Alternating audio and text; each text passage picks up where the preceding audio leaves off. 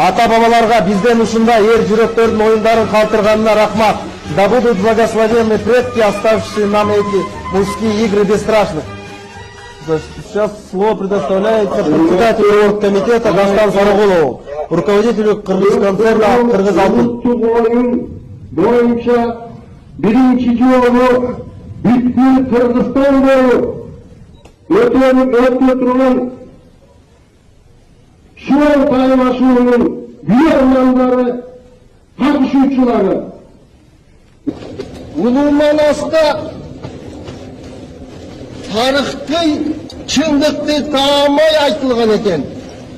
Зоолор кулап сай болду, сайлар жылып тоо болду, аты калып өзү жок, нечен элдер жок болду деп. Кудайга шүгүр.